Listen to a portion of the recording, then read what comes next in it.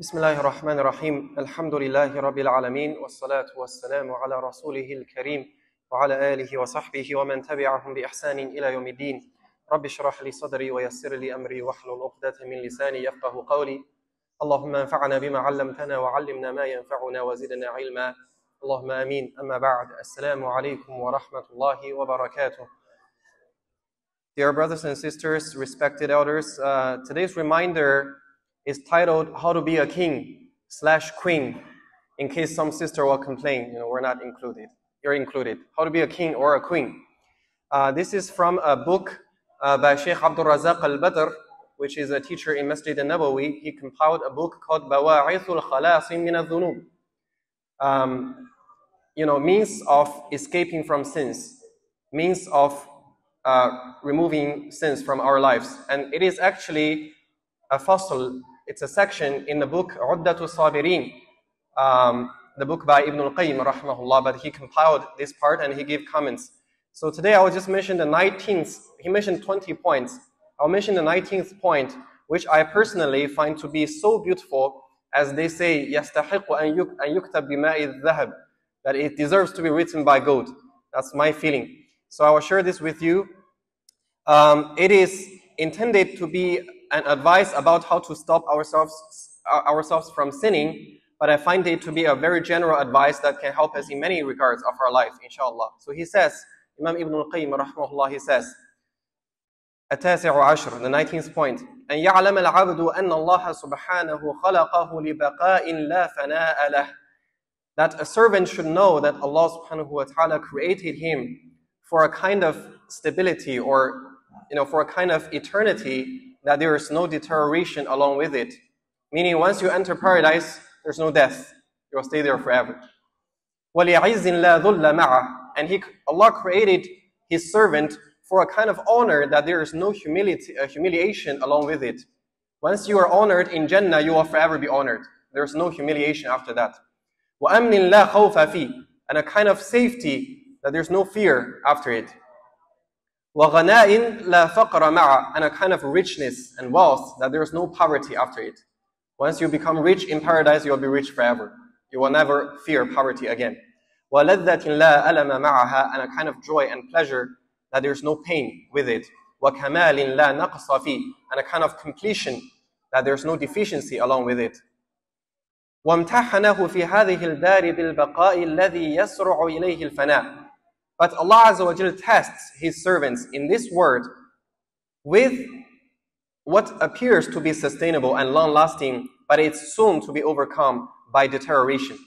You buy a new car and you're super happy, right? You are so pleased with it, and you share with it to people, and after 1 year, check engine light comes on. You have to take it to the mechanic. You buy a new thobe, it's so beautiful, you are so happy. After 2 months, it wears out. The color is starting to fade, right? Anything that appears to give you sustainable joy or pleasure, it will be overcome by fana, deterioration. Some scholars call this word the dunya darul fana, the life of deterioration. Everything will eventually go. Everything will eventually wear out and fade away and deteriorate.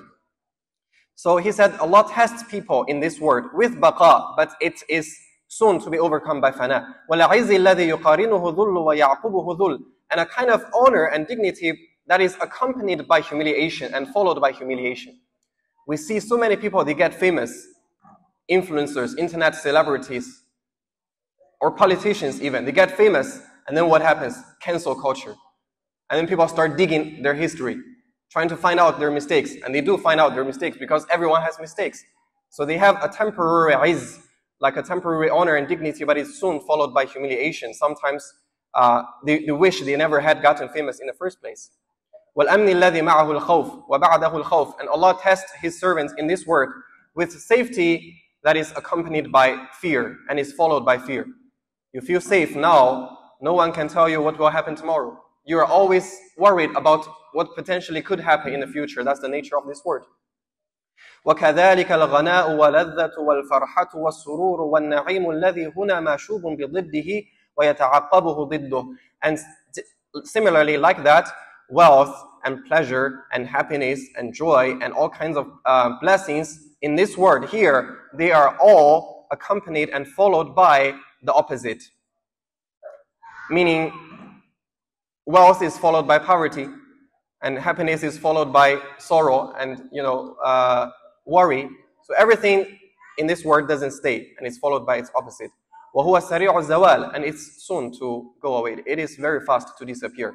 فغلط أكثر الخلق في هذا المقام إذ طلبوا النعيم والبقاء والعزة والملك والجاه في غير محله. He said, so the majority of the creation in this world, they make the mistake of looking for blessings and eternity and honor and sovereignty and dignity in the wrong place. That's the mistake many people make. It's like you go to a computer store and you say, I want a banana. And the guy will say, go to the grocery store. This is not the place for it. We have apple. We don't have banana. So people look for izzah, honor and dignity and happiness and eternity and sustainability. In this world, you are looking in the wrong place. فَفَاتَهُمْ فِي مَحَلِّ. Unfortunately, if you seek these things in this world by disobeying Allah Azza wa Jal, right, you sin, you cheat, you deceive, you disobey Allah and try to get these things, they will miss you in its place. In the real place where these things can be found, it misses you because you disobeyed Allah. وَأَكْثَرُهُمْ لَمْ يَظْفَرْ بِمَا طَلَبَهُ مِنْ ذَلِكَ. Most people, even if they strive to get these things, they don't get it anyway. Everyone wants to be rich. How many people are actually rich in this world? And وَالَّذِي ظَفَرَ بِهِ إِنَّمَا هُوَ مَتَاعٌ قَلِيلٌ. And those minority who actually get these things in dunya, honor and dignity and sustainability and wealth and happiness, it is only a temporary enjoyment. They're going to die anyway, eventually. ثُمَّ يَزُولُ عَنْ. It will disappear. It will leave him. وَالرُّسُلُ إِنَّمَا جَاءُوا بِالدَّعْوَةِ إِلَى النَّعِيمِ الْمُقِيمِ.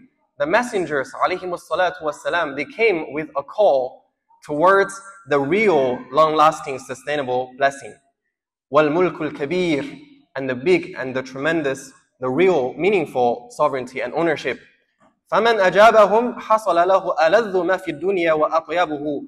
So whoever answers their call, the call of the messengers, they have obtained the most pleasurable thing and the best thing in this dunya. فَكَانَ عَيْشُهُ فِيهَا أَطْيَبَ مِنْ عَيْشِ الْمُلُوكِ فَمَنْ دُونَهُم. So his life becomes better than the life of kings, let alone those below them.